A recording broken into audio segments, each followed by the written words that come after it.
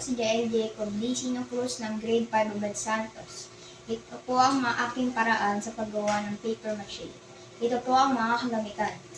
Ginupis na papel, lobo, glue, at tubig.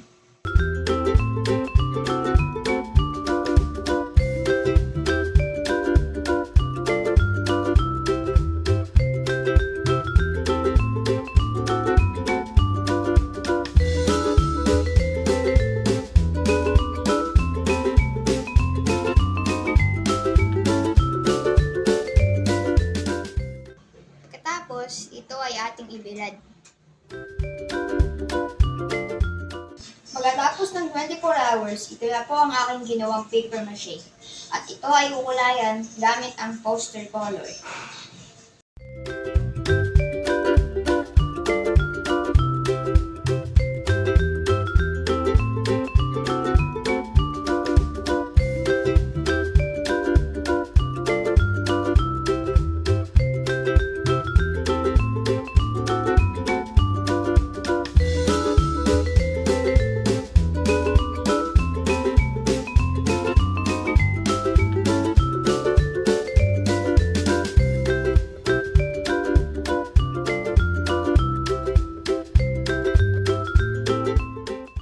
Ito na po ang aking ginawang paper mache.